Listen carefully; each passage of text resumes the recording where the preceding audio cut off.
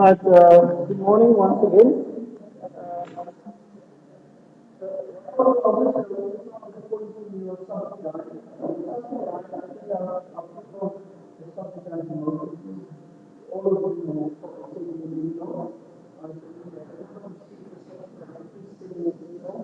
And I'll send it back to you, seeing that the Blackboard subject is not on Blackboard as yet. The DS subject is not on Blackboard. Um, so there's some of the things that you need to go through on your own. Um, just please know that this is a document which needs to be adhered to by both the lecturer and the student. Right? So it's some sort of contractual document. Okay. We will want to apply to most of the things in here, right, as far as possible. Okay. First of all, we can be conduct and class.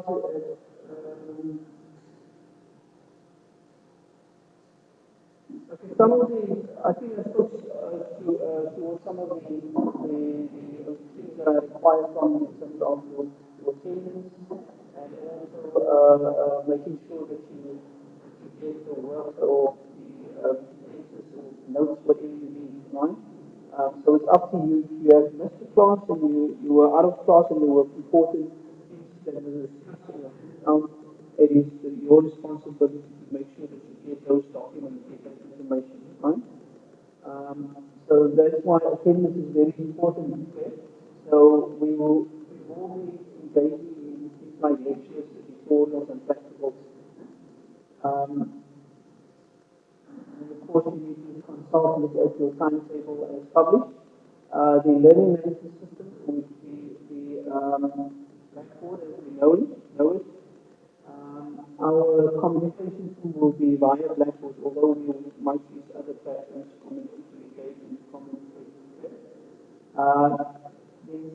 The study material, you have the current textbook that you do is sufficient and will help you to some concepts, most of the basic regarding C++ coding. Right? Then students can also find out via free online material on the internet. Lecture lessons will be made available on Blackboard, which will cover most of the English career applications design using Visual C++.net. Okay? So most of those, there are materials that you can look at on the internet that are Windows programming. Okay? But I cannot some of the textbook specific for the GUI side of which will be the next term on.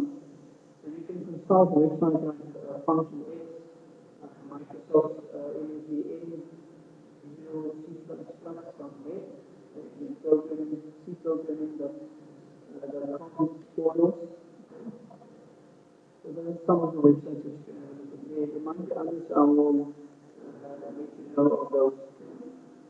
Then we're looking at the assessment. Assessment is done according to the assessment policies. Okay. So in terms of missing assessment, maybe we'll speak about that further. You guys can do the same deduction for every day you get. For 3 days after that it will be 0. Okay. Some tests you need to add in the 6 tests 1 week after the test is written. 6 tests, only 1 test per subject.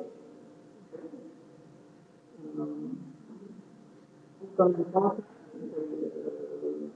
let's see.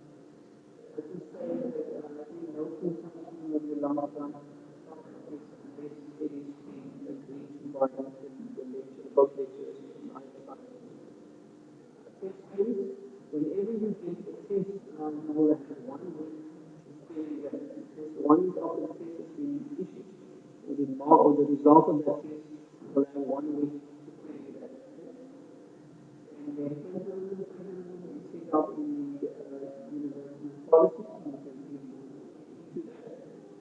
Federalism is simply when you have a copy of someone else's work, okay? That could easily be detected. What we normally do is we give both parties a 0, right?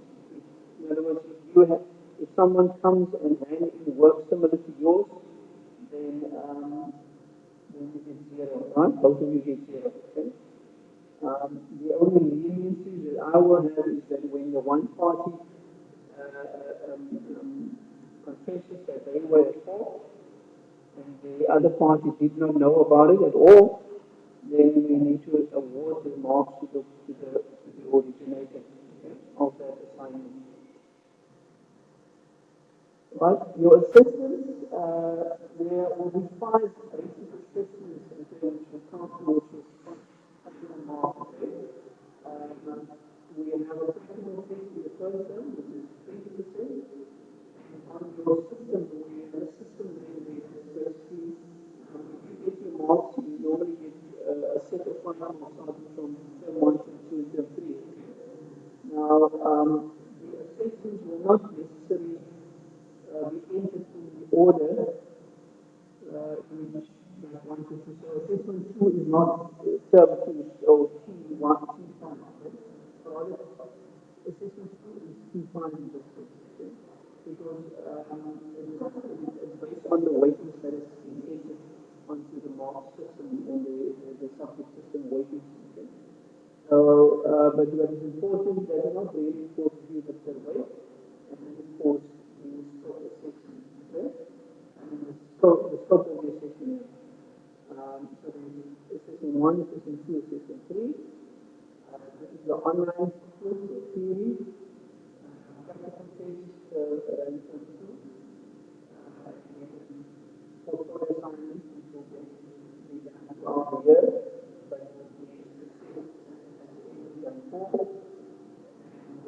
or rather in the beginning of the project will be in the term 4. The project will be done starting from this current term. So, in this term, I will let you know about the project, specification of the project, and some deliverables will be done. So, for every term, at the end of every term, there will be a deliverable to the for the project. You can look at that and you can see. Yeah, that's the end there, and then here are some learning areas. We're going to look at 4 areas, which is arraying topics with 4 applications, Windows applications, database connectivity with Windows Visual applications, and then the project. And then there's some expected or intended outcomes for each of those. And then the available activities that will be done to get to these particular outcomes, and also the assessments that will be done. Okay? And then this is your syllabus for the year, right? So we're looking at term 1, where we will be starting with the 1 dimension arrays, week 1 rather, 2 dimension arrays, 2 dimension arrays and structs, classes and objects, encapsulation. These are all, those are all related to object orientation. And then the practical proper test consists of arrays and structs. And then there's a submission to a group project. Alright? You can go to, so what I also have is for every, besides the third test, okay, which is a formal assessment, we have these the class exercise, which will be geared towards you, getting you to know the work. Yes, sir.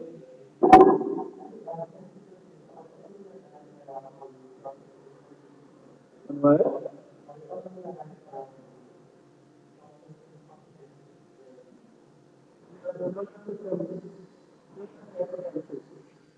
Here there is the content, okay? If you look at, yeah, look at the document here further up. This is what it says here. Yes, so, okay? Oh, no, sorry, there is okay, object orientation. So there will be a little bit of object orientation there. How it can be.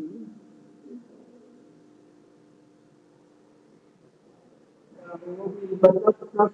But I'll let you know about that. Okay? We will come to the scope of that as well.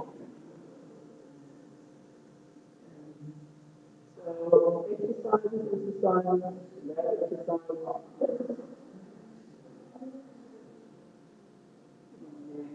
So there's assessments and all that. So just take note of all the dates, due dates and so on. Okay. In the third term, we're looking at database connectivity. The database connectivity will basically use Access as a database to connect to the Access database, but you can also use the Oracle database to connect to. I'll show you both of those. Okay?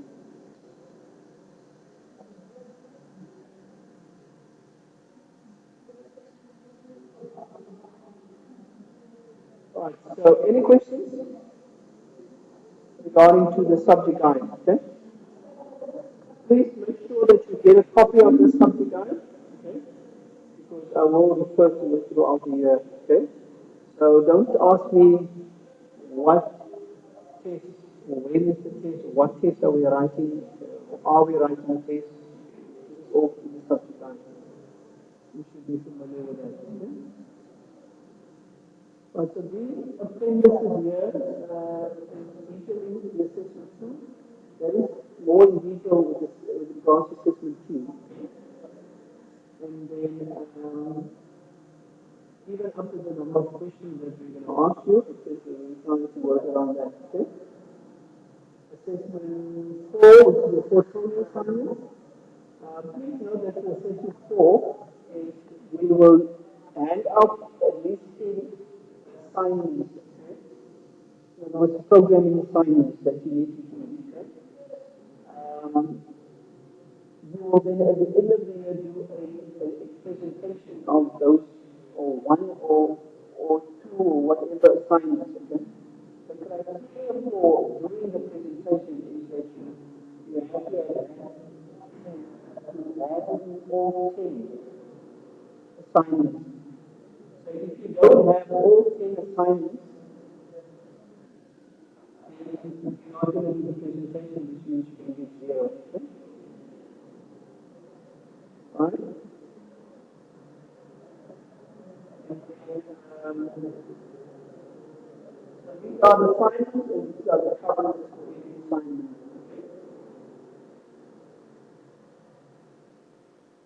And then this assignment, we will have a formal presentation document that speaks to the assessment part of the group learning. So it counts towards 20%, not 25%. 20%, okay? Counts towards 20%, not 25%.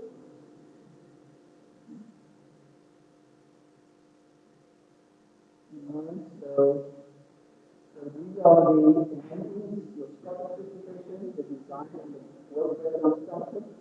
The work breakdown structure basically means who's doing what is being done throughout the project, and who's responsible for doing that.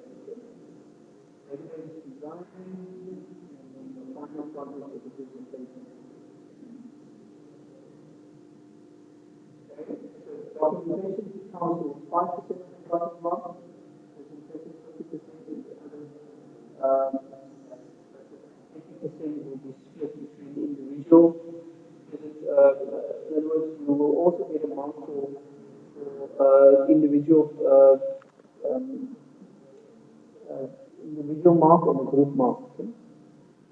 In other words, when a group gets the mark, not every member in that group will get the same mark. Okay? It will be the same. So it means everyone must do the presentation as well. Everyone must be involved in the presentation. Yeah. That basically is the subject guide. Okay?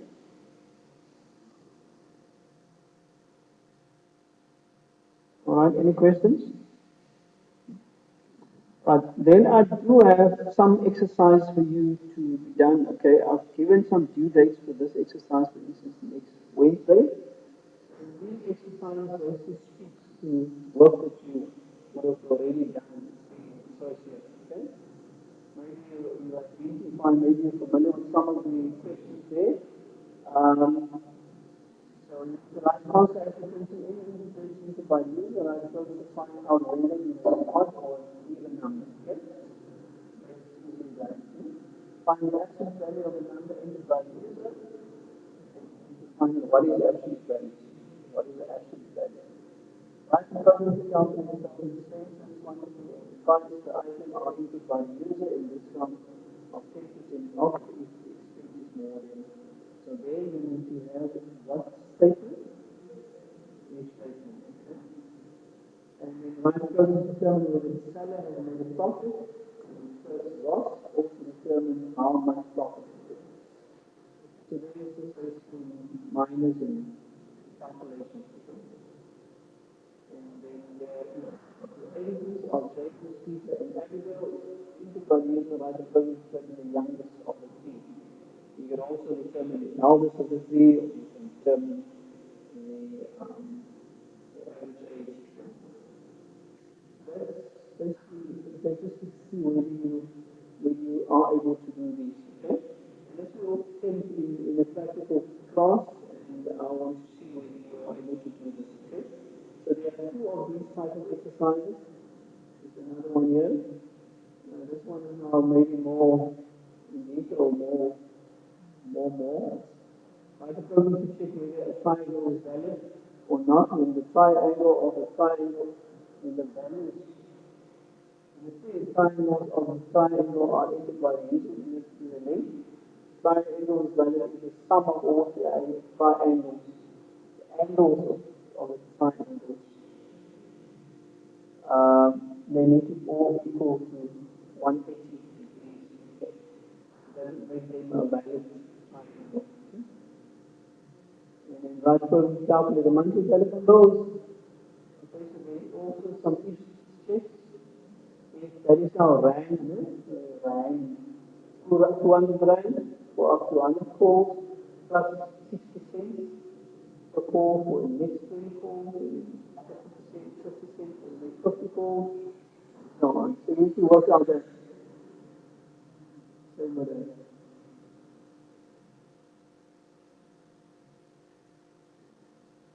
Okay, and here you need to find out. Okay? So I think here you need to check it SQ values, right? So you can Google the SQ values, okay? SQ values or a number normally is represented by a character is represented by a particular number, okay? So you can check the number, the range of the number is like capital, the capital A to capital Z is within a particular range of numbers. The same with the lowercase and the same with the digits, okay? So in order to check whether it is a capital, you need to check for the ASCII value in between a particular range, say for digits and special symbols. Okay? And if you need to look at the source of that, that's basically where I found that. Okay? You can get more exercises there. Okay. Now, for today's lesson, okay, we need to talk about one-dimensional arrays. What is an array? Okay. What an array is. Okay. First of all, you need to know that programming consists of three things. Okay. Your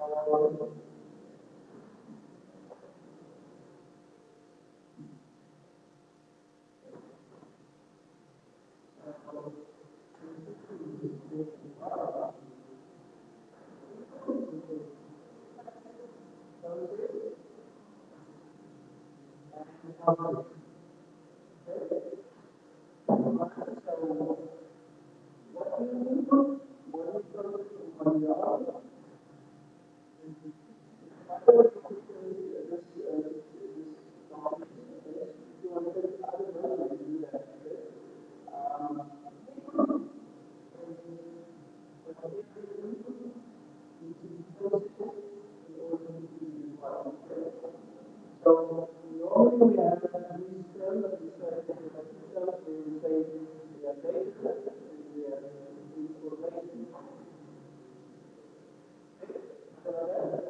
You know what the difference between the two?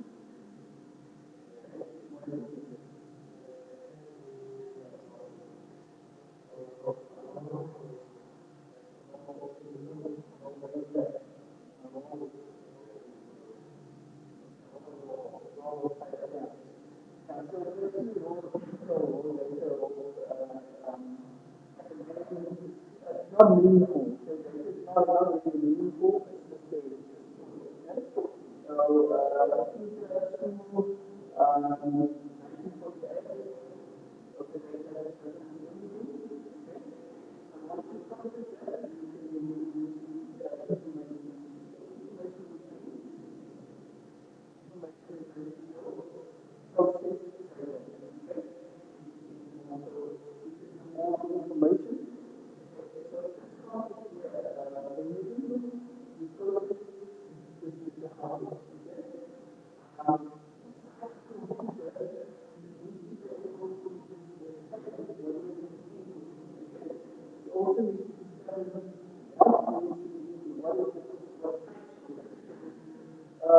for input, we normally need what we call data type. Okay, we're looking at data type. For other, and then we look at the variable, looking at other ones like variable, or constant.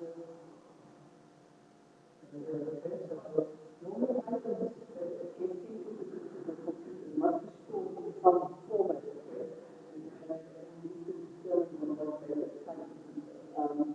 So when you input a value, it's stored in your computer somewhere, right? In what we call some sort of a memory block, okay?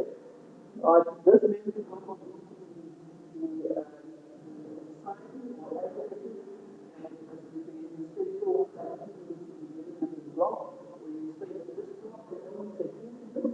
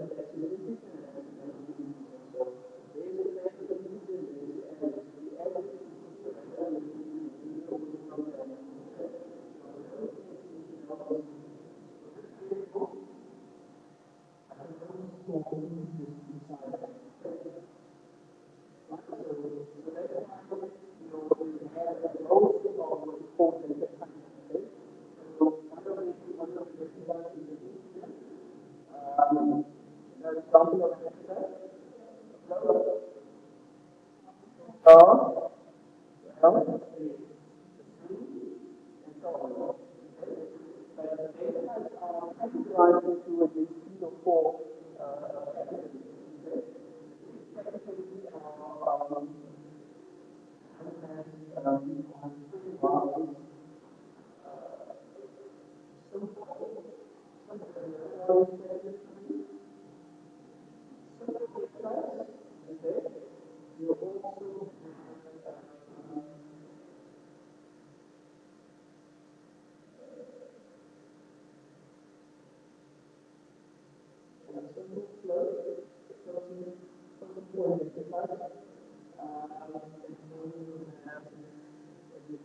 structured data types.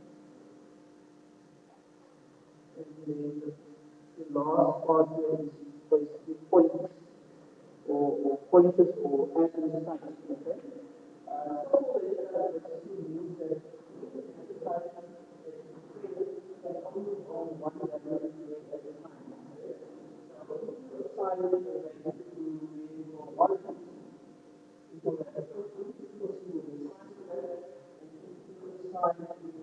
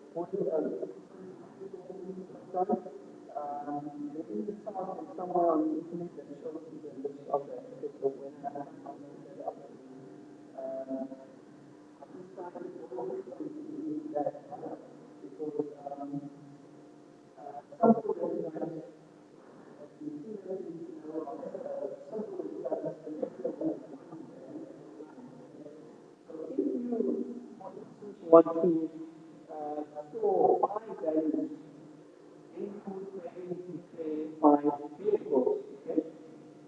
But they're all on the same time, so you can store five integers, declare five integers,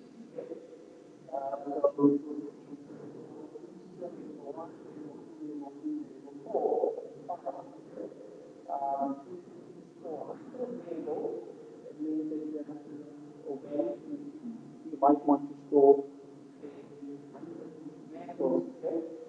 But it doesn't make sense because you have a lot of lines of code in your program, okay? And basically overcome that is using arrays, okay?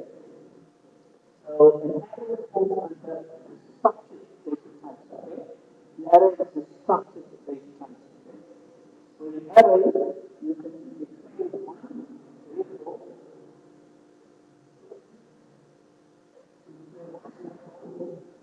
first that variable name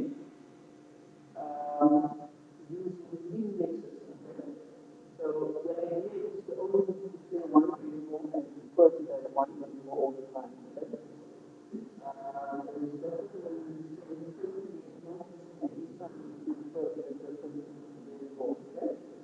So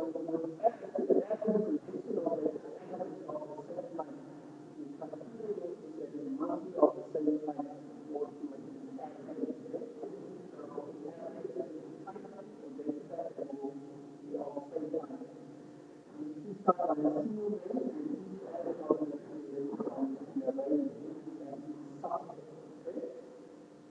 also known as index.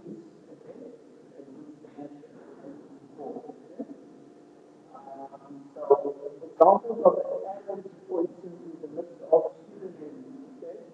As you sit here, you might find yourself in an array. Okay? Because 1, 2, 3, 4, 5, 6, 7, 8. So arrays will basically hold the same values. So how do we create an array? Specify the type of the array name and the number of elements in the array. Right? So with other languages, the array the array is specified differently. We're speaking specifically to C++. I know in VB, for instance, you don't specify the array with the but with a round.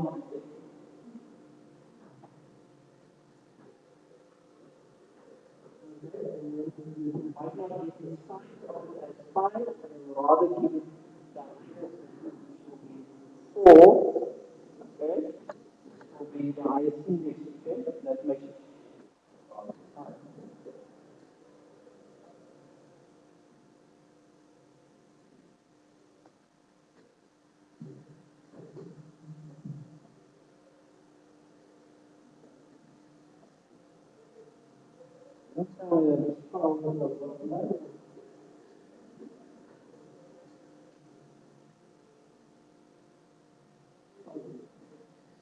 Okay.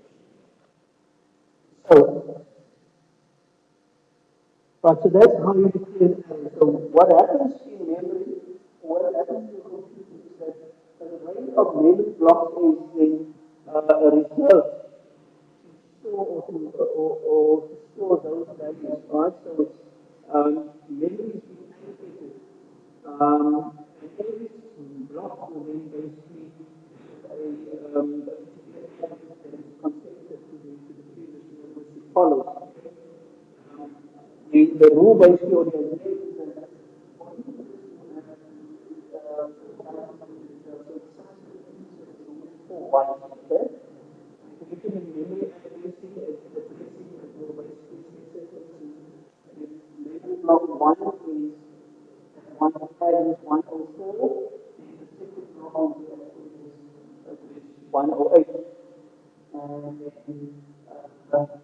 112, and so forth. Okay? That is 4 bytes, 4 bytes per block. Okay? The same for any other type. Okay, so it's eight bytes and will be. But the idea is that the memory blocks will be linked in that way, right? And that is how you can get to the index, okay, of the array using the index. So the array declare an array of size 5, that is 5 memory blocks, 5 elements to be displayed. The first memory block is referenced using index 0, and the last one is referenced using the size minus 1. Okay? So it will be from 0 to 4, and in case of 30, that would be what is the last index be? 9. Okay? So that would be when you initialize an array, when you declare an array, right, you also declare an array and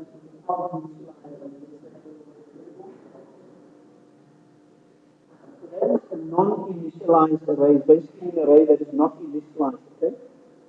The best thing is always initialize arrays, okay? So an array can be initialized with alongside the declaration, as you see here, right? So we are declaring there, so that is the declaration, and that is the initialization, okay? So what this is that index 1 will be 11, index 2, 2, index, or yeah, element 1 will be 11, element 2, 23, 4, and 14 respectively, okay? And then the same for that. And now what happens over here, it says it is possible to leave the array sign open. The compiler will count the arrays, the size of the array with the amount of elements that is stored in it. In this case, the size of the array will be 6. Another declaration would be when you assign, if you need to assign those, if you need to make this array 0, almost all elements here are 0. You simply put the 0 inside the first bracket and leave that like that. Okay? So you can put a 0 in there, and that would initialize all of it to 0, right? When you put a value in there like 5, for instance, and you give it a size already, that means that 5 will be the value of the first element, and the others will be 0. Okay? So you can initialize it any way you want, but you have to in some way initialize. If you do not initialize it, you can, when it comes to calculations, it might come up with some runtime errors, okay? You know what happens with variables or with declarations is that memory is normally marked as used or unused, right? But it doesn't mean that the content of that memory block has been removed, or there might be some garbage information in there, right? So in visualizing, you basically clear out the garbage information so that you don't end up with wrong information or when it comes to the calculation. So when you refer to an element, normally when you reference a variable, you would basically state the name of the variable. Okay? So in any point of programming using an array is visible, you can access the value of an area of each element individually as if it was a normal variable. Okay? So So here you can print as an array element. In other words, this will be the what element? If the array size is 5, then you would print to what element? What element are you saying here? Index 4. What did we say? If an array has got 5, size 5, then the last one will be index 4. So the question is, what element is it? It is referencing the, it will print the fifth element. Okay? Will print the fifth element in this case. So if I give you an array of, let's say, 100 years,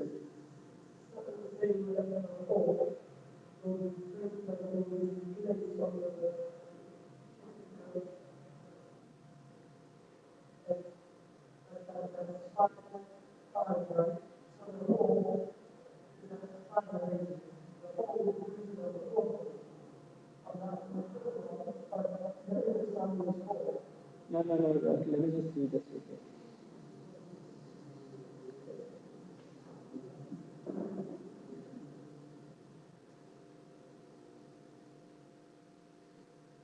Okay, the order in which it is being represented is irrelevant, okay?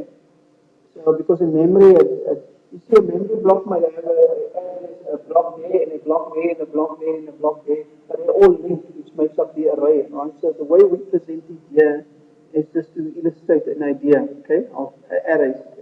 So what I'm saying here is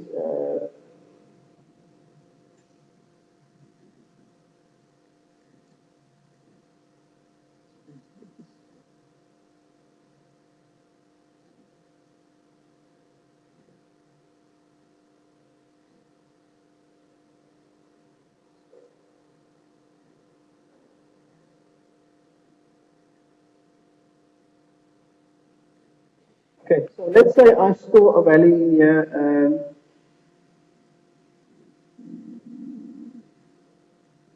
let's say 15, 23,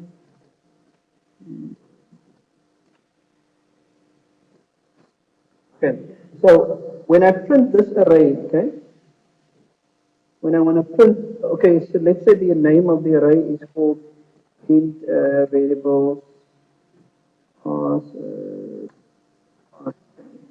that will be the size, and that will be the value of it, okay? So if I need to, if I want to print out the first element, or rather if I print here, if I print the, let's say the,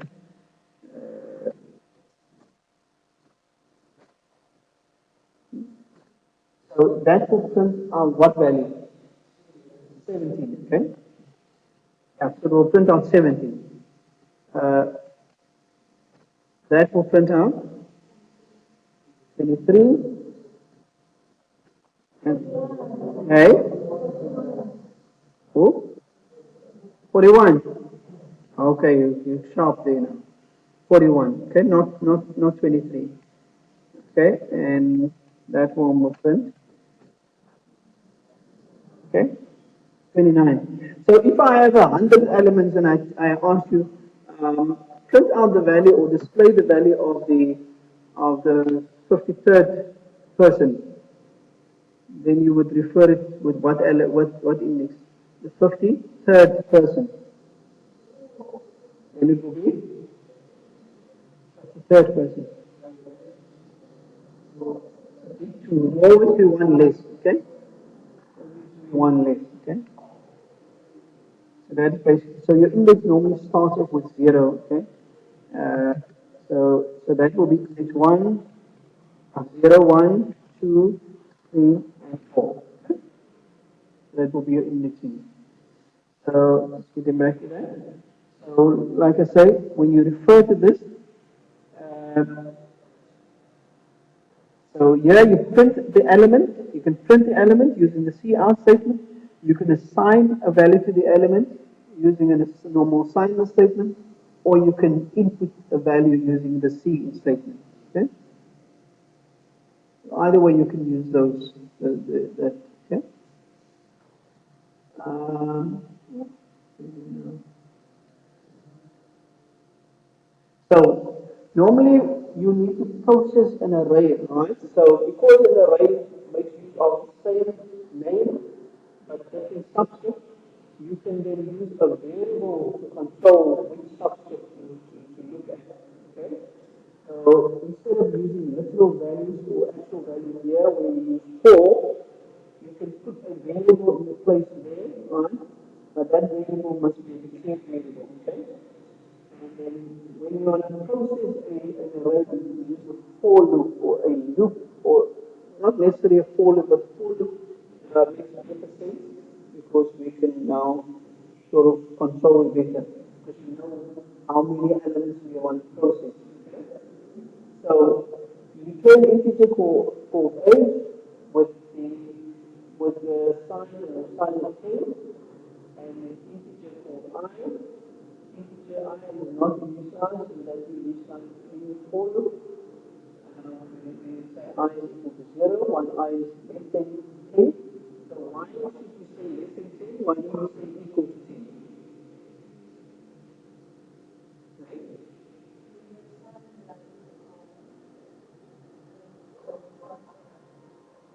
Right? So if you say, okay, I'll come back to that. So we don't say equal to 10 because the maximum size of the array is 9. The index is 9. So 9 would refer to the last element. So we say less than 10, this would be up to 9. And then we put or we set the 10 values to the age. Okay? Alright? So the same for the output, you can also output display them like in that order. Right? Um, and then if you make use of functions, okay, you've done functions, you know what a function is, you know how to use parameters in a function. Okay? Now, when it comes to functions and parameters, okay, now let's just see, you're all okay with the stop part here, okay? Right? You will know how to declare an array. Remember, declaring an array is the same as declaring a variable. It's just that you now give it an array size. Okay. And then what you also need to know is that when you initialize an array, you need to use square brackets. Okay. Regardless of how many values are inside there, you need to use a square bracket to evaluate or to initialize it. It's not like a variable. In variable, you can just say int I variable equals 15. So you would declare variable called the variable and you initialize it with 15. Okay? Here you have to specify the elements that's in this line. Then when you refer to it, you refer to the same way that you do using the name, but then you also need to use the subscript. Subscripts are referred to using the straight brackets. Okay? So remember initially here that file is not a subscript. It's the size. Okay? When you initialize and when you're declaring it at first, it refers to the size of the array. After that, when you refer to it, it becomes the index of the array, right? Okay? And then when you need to loop it, you need to use a loop, then you also refer to it using, but here you use the index also. The index then becomes refers to a particular variable, not a literal value. So with parameters now, because you need to now know how to declare what you state in the parameter list. So when you declare as a parameter, in a parameter, you don't specify the size of the array, right? You don't specify the size of the array initially. Okay? So it is only when you pass the parameter. So the parameter that is passed must have a size. In this case, ARR is an array, but it has a size. In this case, the size is 3. Okay? Remember, the size can be left out, you have to initialize the number of elements in the array.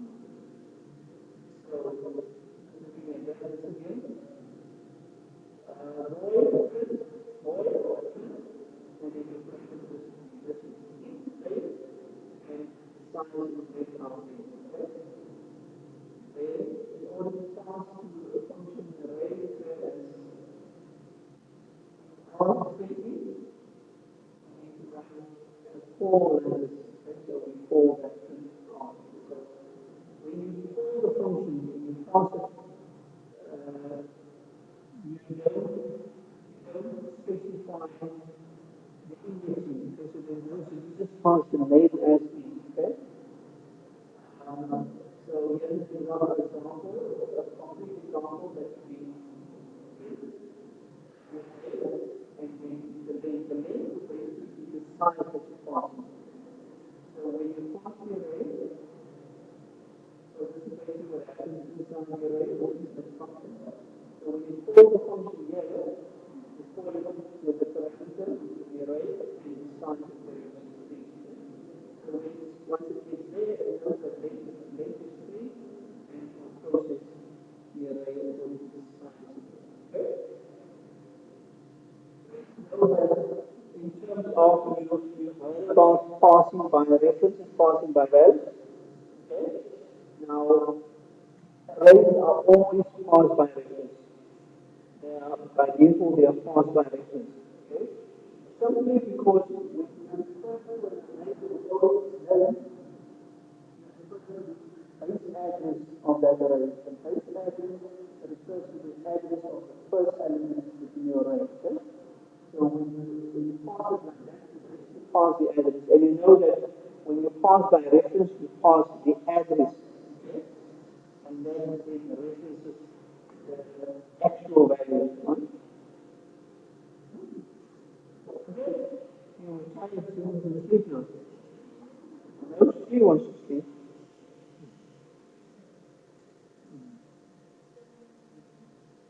Okay.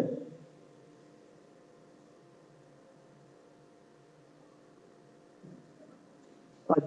Any questions?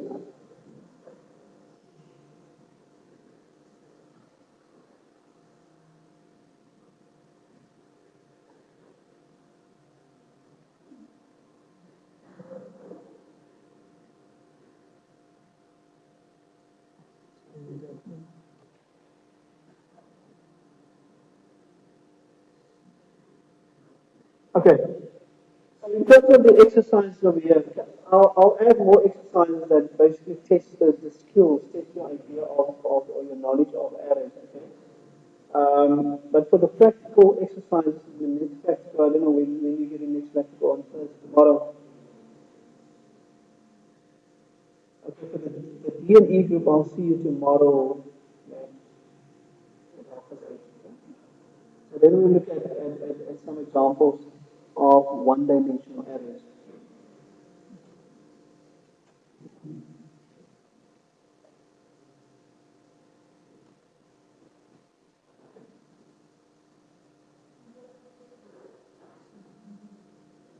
Right, so here are some basic operations on arrays, what you can perform in arrays, okay? Uh, so you can go through each element in an array using that. There is an example of it basically in operation.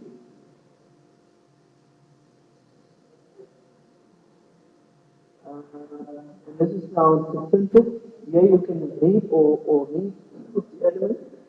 There is a display there. So obviously what you want to do is first call the input and then the output, then the display, okay? And then function to certain element from the array. So here simply we check if the data which is passed on the user is equal to the element within a particular array, and then we say data is found. So that is a search operation. And this is a linear search, and then this is a binary search, okay? So you check the difference between the two.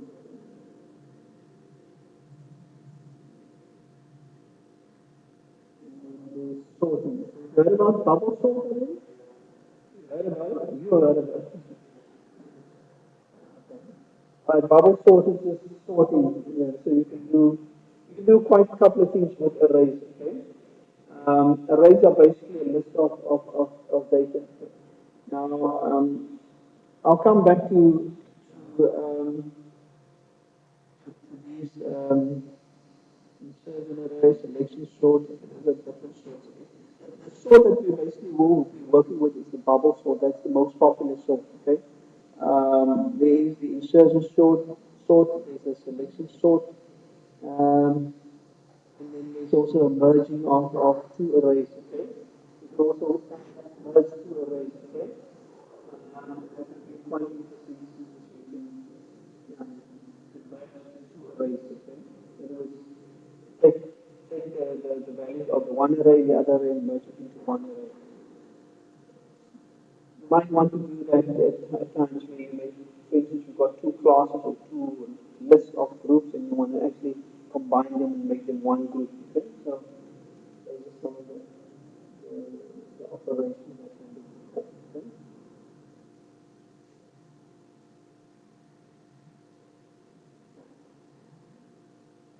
So basically that is the idea of arrays. Okay? Um,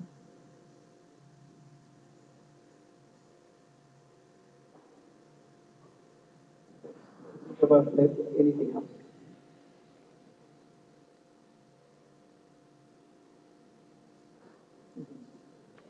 Any questions?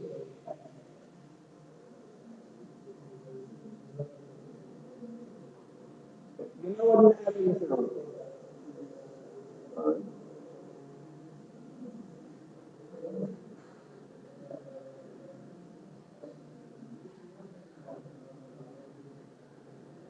Okay, so in the next session, or we're going to look at arrays also and combining with data structures, which I'll teach you later on. Okay.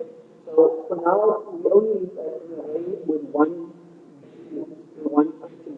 Okay, whether it's an integer or float, or a number of integers, a number of strings, a number of floats, a number of chars. Okay.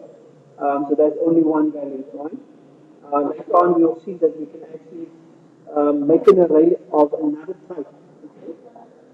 That we will have in the session.